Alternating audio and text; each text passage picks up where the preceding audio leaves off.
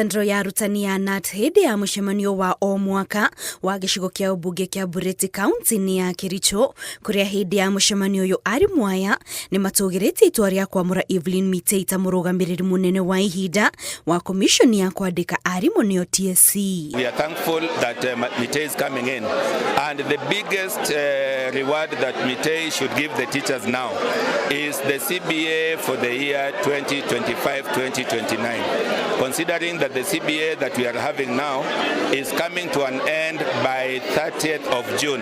So we should have a new CBA by 1st of July.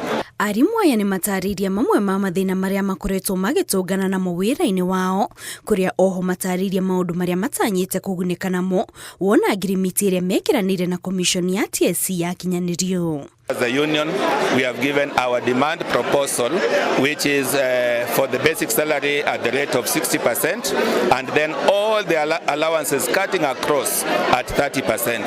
It is a demand proposal that we gave and is being studied by the Salaries and Remuneration Commission. Hĩndĩ ya mũcemanio ũyũ arimũ aya oho nĩ mamũrĩkĩte thirikari nĩ gũcerithĩria kĩgĩna kĩa mathukuru, makiuga thĩna ũyũ ũrathiĩ na mbere kwĩhĩrĩria na kũũtũmia mĩhang'o ĩtiganĩte mathukuru-inĩ. We are urging the CS education, Migos Ogamba, and the PS education, basic education, Professor Bitok, look into it that the shortages that the schools experienced as the capitations were being released are worked on very fast so that our schools can be able to operate.